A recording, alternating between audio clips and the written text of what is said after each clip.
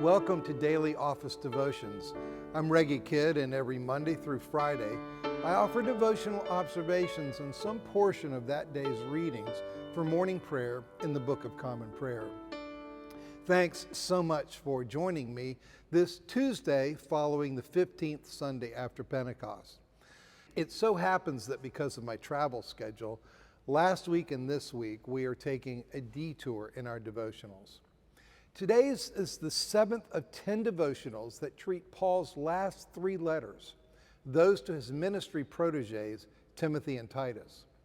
Last week, in the first 3 devotionals on the so-called Pastoral Epistles, 1st and 2nd Timothy and Titus, we saw how God overcomes our lack of faith, hope, and love.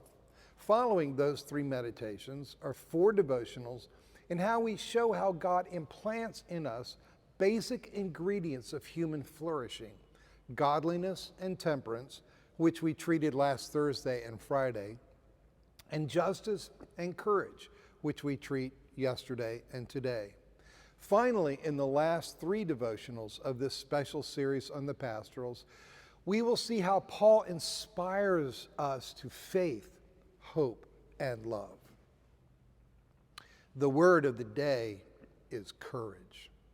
When commentator Martin Debelius came upon Titus chapter 2's claim that grace, i.e. Christ, had come to teach us to live with self-control, with justice, and to live in a godly fashion, which in these devotionals we have recast as living according to good religion, he noted with some surprise that these letters are engaging 3 of the basic virtues of Greek and Roman ethics.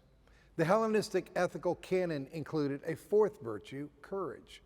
And courage is what Paul takes up in 2 Timothy. Either carrying it or on it. According to the Roman historian Plutarch, Spartan mothers sent their sons off to war with a pithy saying. Pointing to their sons' shields, they'd intone, either carrying it or on it. Spartan Sayings 241 F5. Let me give you my amplified version. Son, I'll know you fought bravely if you come home alive carrying your shield. I'll know you fought bravely if you come home dead with your comrades carrying you on your shield. But if you come home alive without your shield, I'll know you turned and ran from battle, dropping that heavy, clumsy thing so it wouldn't slow you down. Don't come home without your shield. Don't come home a coward. Don't shame your mother, either carrying it or on it. Paul to Timothy. At the end of his life, from yet another prison cell, aware that he may be about to take the blade, and abandoned by all but Luke, probably here his secretary, Paul writes what we have come to call 2 Timothy to his young protege of some 15 years or so back at Ephesus.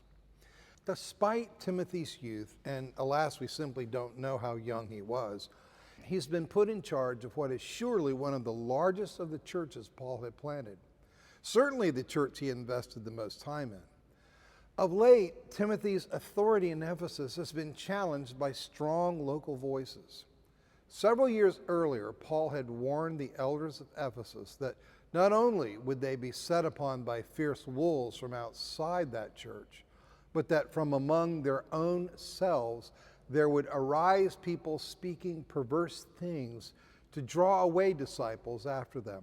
Acts chapter 20, verses 29 and 30. And indeed, that appears to be what has happened. Strong and disruptive voices are maintaining that the resurrection has already taken place, 2 Timothy chapter 2, verse 18, and that, oddly, marriage is forbidden as well as are certain foods, 1 Timothy chapter 4, verse 3. Commentator Gordon Fee suggests, and rightly so I think, that the reason Paul casts 1 Timothy in terms of qualifications for leadership is that these are voices indigenous to the church. This is why Paul warns against setting up neophytes, that's Greek for spiritual rookies, as overseers, 1 Timothy chapter 3, verse 6. Explicit is the fact that Timothy's youth is being held against him by the opposition, 1 Timothy 4:12. Implicit is the fact that Timothy's locus of power lies outside the community in Paul's laying on of hands. And remember, Timothy is from Lystra. He's an outsider to Ephesus. Thus, this new rival corps of leadership has enough local social clout to intimidate Timothy. In 2 Timothy, Paul writes to a younger ministry protege who's been knocked off his game. He's playing back on his heels, 2 Timothy chapter 1, verse 6. And no matter the sport, you start playing on your heels and you're done.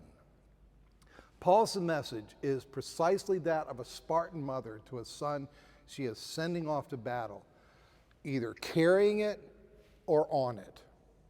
Courage, what it isn't. Negatively, Paul tells Timothy, 1, don't be ashamed of the gospel. 2, don't be surprised at the opposition. It comes with living in the latter days. 3, don't get sucked into controversies over unimportant matters. 4, don't knuckle under when it comes to important matters. And 5, don't overreact and let your own belligerence become just as big a problem as your opponents. For the particulars, read through 2 Timothy chapters 1 and 2. Courage, what it is. Positively, Paul points to 3 gifts of the Holy Spirit, 2 Timothy chapter 1, verse 7. The Spirit comes with power. We know the power to convince people lies not in ourselves. The Spirit comes with love. We, no less than Spartan warriors, will fight more than anything else because of the mothers and wives and brothers and sisters and children and friends we love. And the Spirit bestows self-control. Courage learns to overcome fear and to measure its responses. Coach, I felt like I was going to die. One night, the Little League team I was coaching needed just 3 outs to get a win. We'd been ahead by a whole bunch of runs, but one of our stronger pitchers had run out of gas. The other team had pulled closer and was within 2 batters of bringing the tying runner to the plate. The other coaches and I turned to one of our smallest players, Patrick.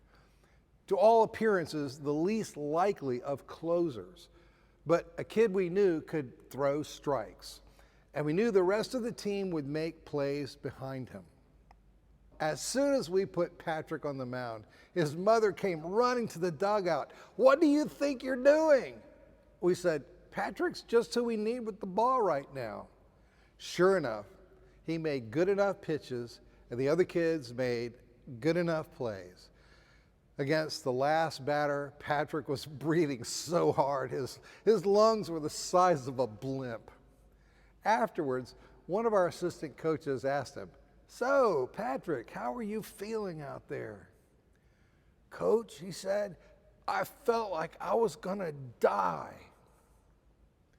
Courage says, "Here I am, and I'm gonna do my best, even if it feels like I'm gonna die. I sure hope my coach knows what he's doing. Anyway, here it goes." Know what? Your coach, with a capital C, your coach does know what he's doing when he gives you the ball. So you just throw it. Be blessed this day.